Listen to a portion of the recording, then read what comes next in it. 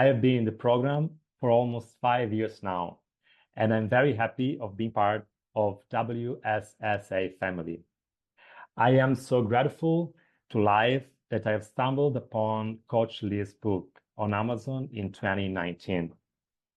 I have read all of Lee's books and even listened to his audio version of his book with his own voice, which was very motivating to hear.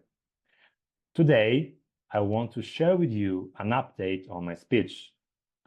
I consider myself a PWSS, and I don't remember my last bad incident.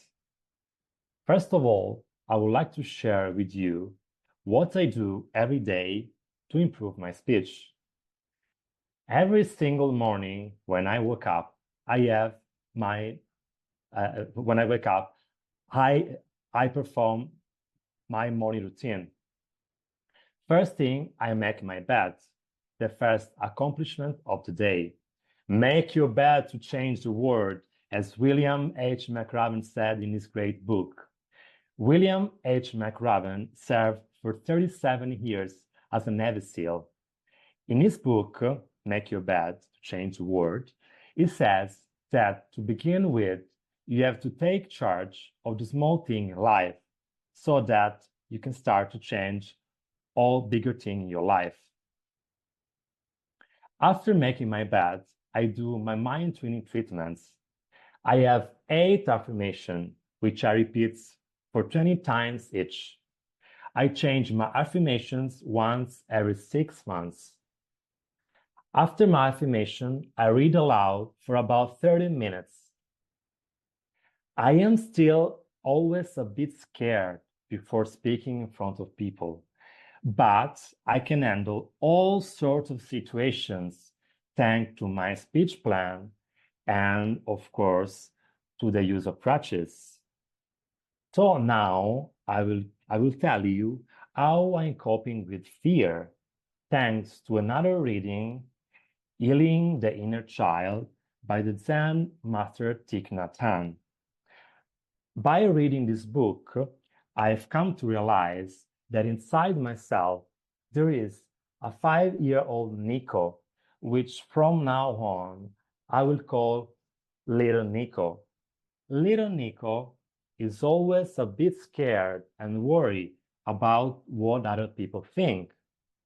So Big Nico has learned to talk to Little Nico, reassuring him and taking good care of him. Also, older Nico is helping young Nico to think speech as fun. You know that young kids like having fun, right? In the end, speaking must be a game, the game of tongues, as Coach Lee always says. To conclude my speech, I would like to thank Coach Lee and all WSSA family members. WSSA family of which I proudly feel part.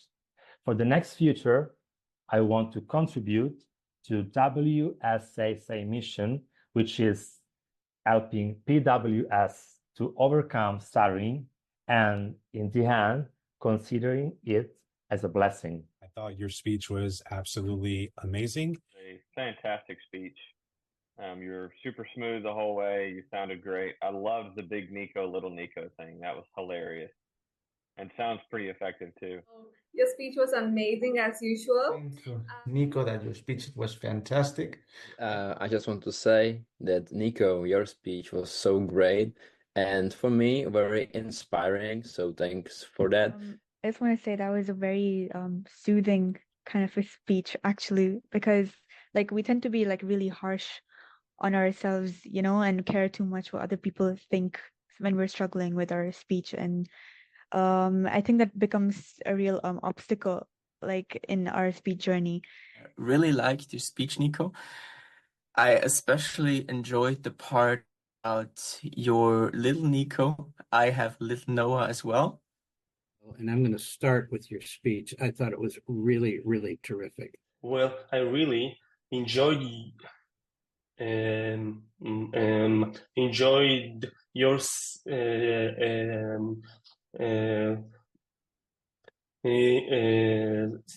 speech. Nico, what a wonderful talk. My question is, do you still have, obviously you've beaten the stuttering part. Do you still have fears that come up? Do you still deal with the fear side of stuttering? I never thought of before speaking in public when I'm very scared to have like some sort of speech plan, which now I have. And before I didn't have an idea that this kind of thing was existed. And as I said before, now I try to think speech as fun, which is like similar to the tip that you just said, that you should like, instead of fear, it's like excitement. So I always focus on thinking speech as fun. So like using pronunciation, voice modulation, and things like that. And always, of course, smiling, which is my favorite crash, is number 12.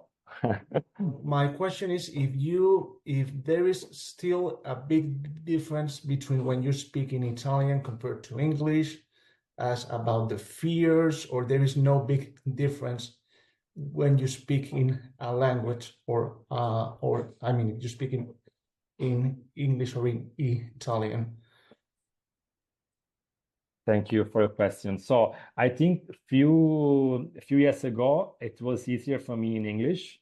I was more fluent in English, but nowadays they are kind of similar. So I think, of course, when I read aloud, I do it in my Italian language, because of course at work I use more Italian. But nowadays they are similar. So the level of fluency is very, very similar, either in English or Italian. And my question is, in what language you do your like affirmations? If someday you just switch to do like different English, and what's your most favorite affirmation? Like your top one. Thank you. Okay, so it's funny because I have like mixed affirmation. I have most of them are in Italian, but some of them are in English. So I have both of them. And my favorite, which is not related to stuttering, it's in Italian, but I would try to traduce it in English, is I can obtain wherever I want in my life. So I can get wherever I want in my life. This is my favorite. When I say it, I really put a lot of passion in it, I just can feel it. So I can get wherever I want in my life, which is my favorite affirmation.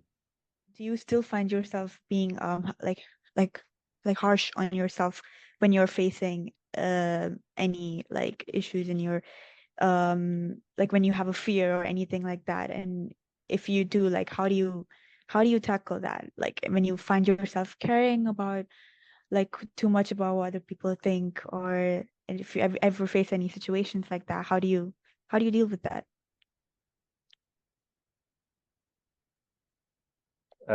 So Asma, thank you very much for your question. So I just when I feel that I am too harsh on myself, I just think when I have like some in my life, like some friends that comes to me, which is worried, and with our friends we are always very nice, very open. So I try to do the same. So I try to be as nice to myself as I am to my friends when they are like scared, or they find themselves in troubles. So I try just to be nice to myself. I see. That's a very good perspective. Thank you so much. Great speech. I think you mentioned a speech plan you use for presentations, and since I'm very new and I haven't like figured a fixed speech yet, I would like to ask you if you could share what that speech plan consists of. Thank you. Thank you, Noah, for your question. So my speech plan is the easiest one, which is first of all, it's smile, and then it's stop, and then it's short, and then it's link. So it's like short, stop, link, and smile. And it's the easiest one, but it's very, very effective. At what age did you begin to stutter? Thank you, Sean. So it was like 13 years old. So it started. I remember also it started like before when I was 5, but it lasted for a few years, and then I became fluent. But then when I was like in Italy, it's like middle school, so like 13 years old, it started again. And I did a lot of courses as like Danny mentioned before, but the only one who really helped me and changed my life was all the tips and crutches and the speech plan that I learned from WSSA. I see no sign of planning words. Am I correct? You're not planning words. Second question, are you loving to speak yet? Or are you still just tolerating it in some situations? You are right. I'm not planning words, and I am just concentrating on the way I am saying words. Just I really feel it. Great. Yes. And today I really enjoy just giving my speech. So I can tell you that I start loving to speak in public. I'm start loving it. Someone wrote a book review some time back about my books, and while I think he still gave it a 5. My book's a 5. He said they were repetitious. And they are repetitious, and they are intentionally repetitious. And repetition is the way we learn. And sometimes it seems like the only way we can learn.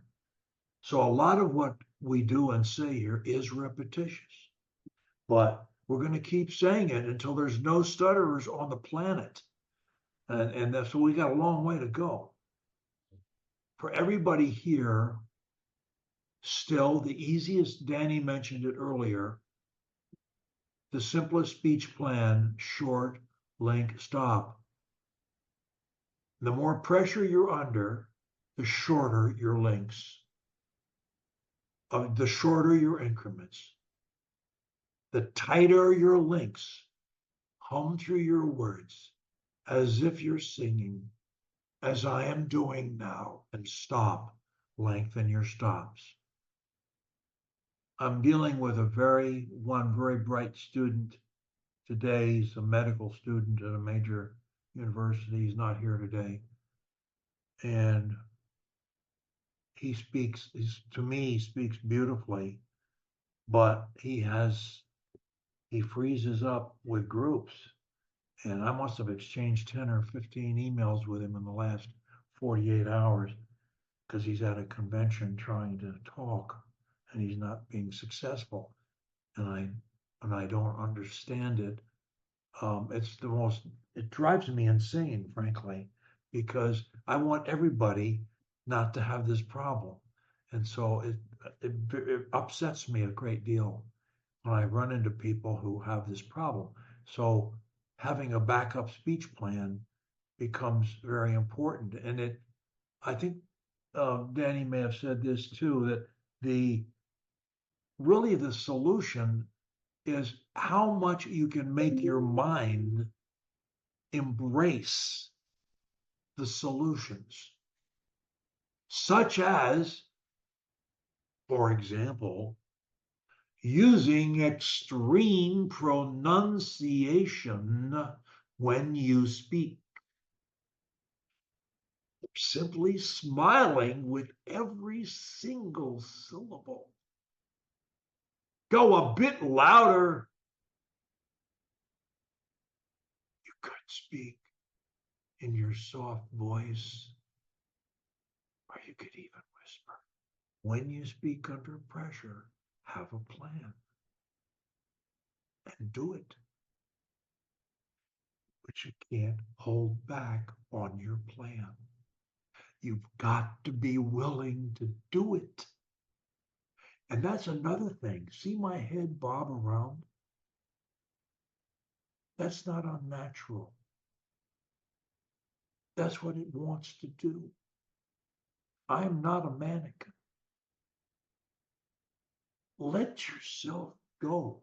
Stop holding back your speech and anything else positive in your life. Don't hold back. Logic and common sense